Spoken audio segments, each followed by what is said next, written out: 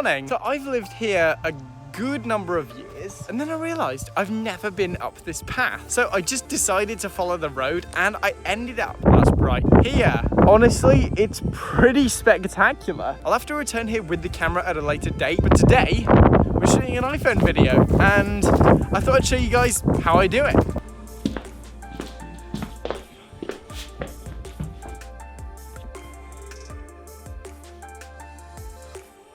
So, the first thing I do whenever I make one of these reviews is planning. This usually involves a few things, so scripting, storyboarding, occasionally some set design, but most of the time I usually start out with the script. As I said before, I personally use Google Docs. It's cross-platform so I can edit it on whatever, and when I'm actually making the video, I usually read it from either my laptop screen or my phone. So, let's get the script written. As I said, I have almost finished this script, so now, just time to add the finishing touches. So I thought we'd try this as a time-lapse.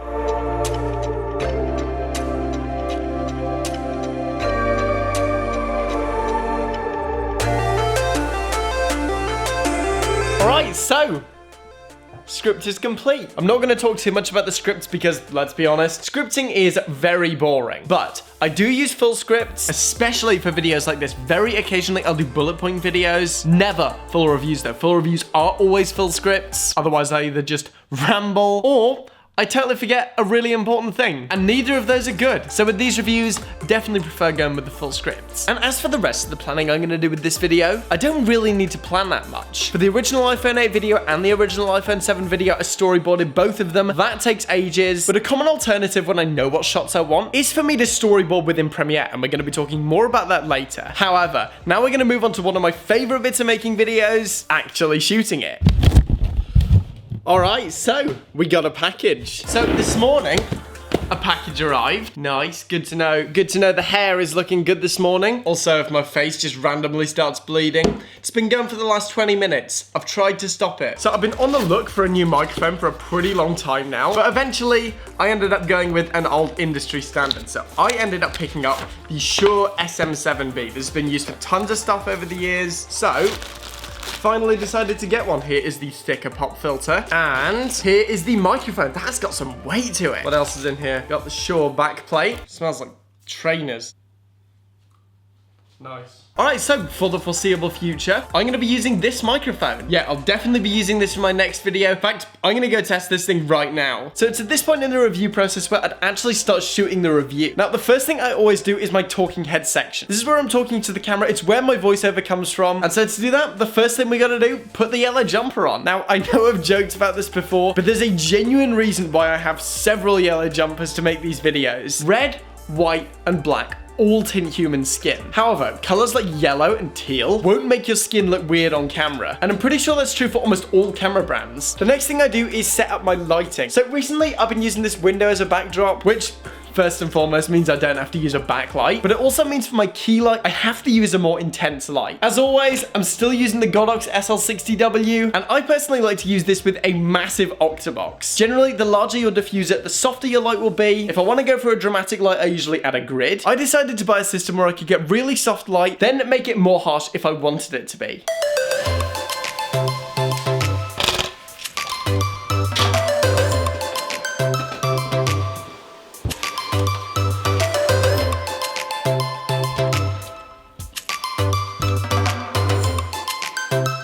And so, after all that setup, here we are. So this is where I'd record the main section whenever I make one of my iPhone reviews. Now, I generally don't like to stay in one spot for too long. If you've seen some of my earlier iPhone reviews, then you may have seen that I used to shoot with that blue curtain in the background. I've also shot on my desk over there. I've actually done a full rundown of this set before. If you want to check that out, I'll put it in the cards up there. Quick rundown though, obviously I have my camera here, like there, because it produces some really nice soft shadows. I got my laptop here for notes and recording audio, and of course I have my microphone. Now the review in question I actually shot on this Rode VideoMic, but I completely forgot about this behind the scenes, so I am doing this in retrospective. Every other time though, I would be using a microphone. Now I'm still trying to work out the ideal positioning, but also I need to keep it close to my mouth because it's dynamic. Maybe that looks better. I don't know. Usually recording an iPhone review voiceover generally takes takes over an hour, because honestly, I'm not exactly the best on camera. I usually have to do multiple takes, and so it's important that I'm able to sit down and talk for that amount of time. Now, one problem I have found with this set is obviously this window, especially if I record late at night. The lighting does become an issue, because as I said, a lot can change in the light level in an hour. This means that around this time of year, usually the latest time I can start recording one of these is about 4 p.m. After I've finished in this location, I'll export my audio, airdrop it to my iMac, and begin chopping that down. Now, I'm going to be talking all about that later, but now in real time, I'm going to be going over how I shoot some of my B-roll.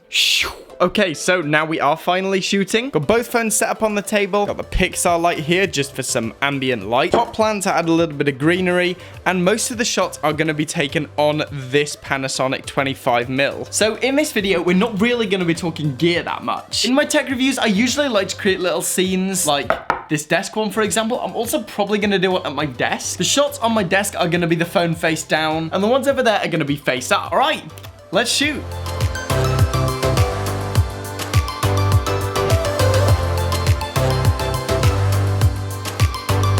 Okay, so my camera battery's about to die, but good news is I got a good amount of shots. Whenever I'm shooting this super cinematic B-roll, I personally like to use darker backdrops. I think it looks way nicer, especially with some nice soft light. In general, whenever I want to get bright shots, I do prefer to use natural light. It's a lot less surgical than just blasting a load of really bright, albeit soft light, and a white background and a phone. Now, not that this necessarily looks bad, it's just not personally my style. Seeing as a big portion of my phone reviews are based on user experience, I like to shoot my B-roll in a user setting. Hopefully that makes sense. I bought this new pour-over coffee device called the Helios V60.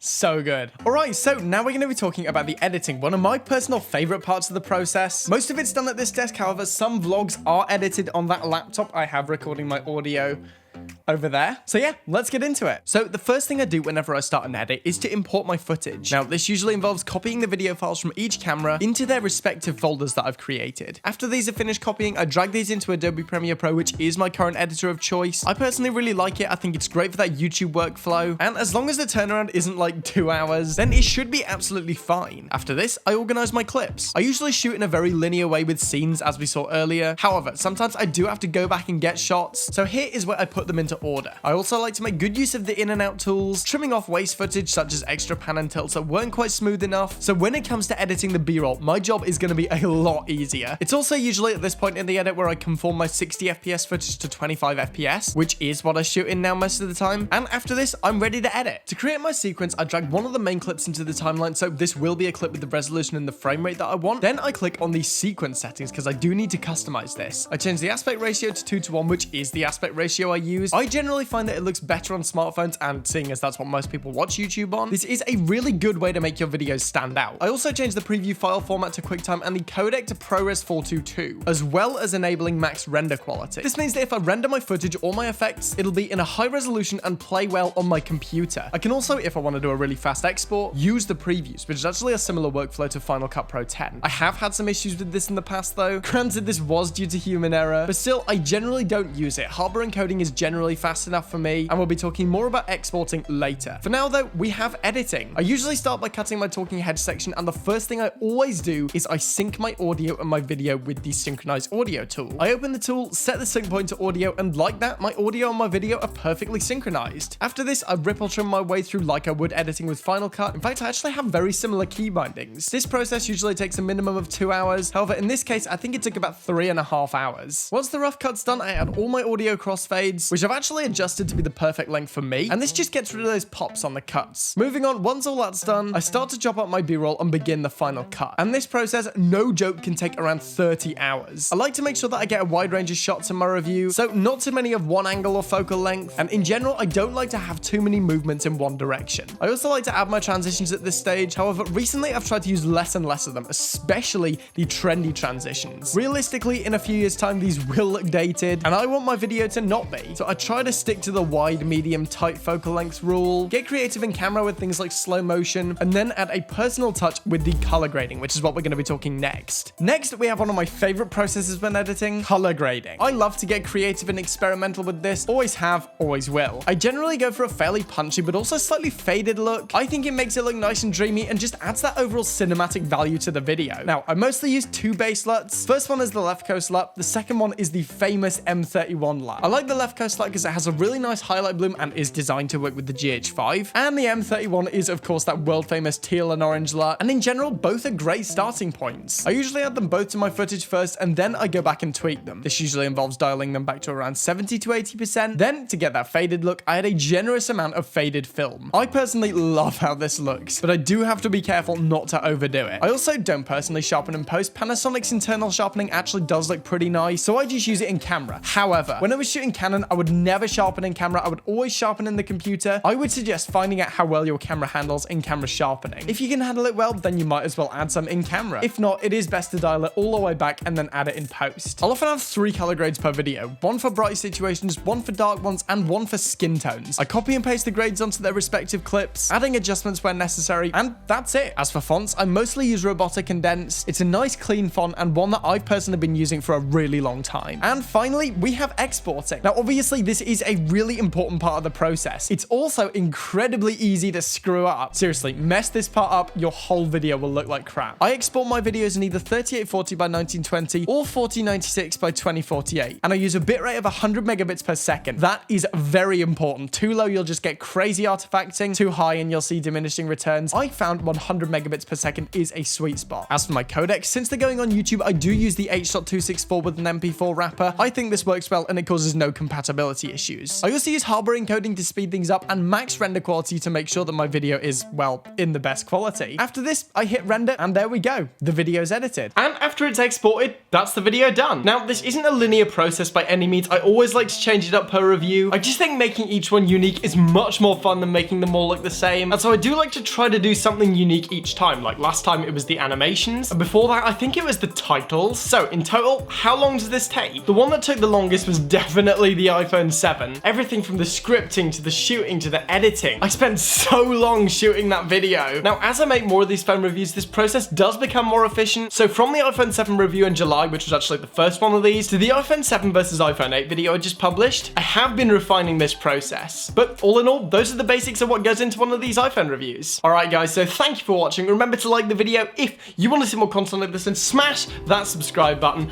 I'm done for now, and I will see you guys in the next one.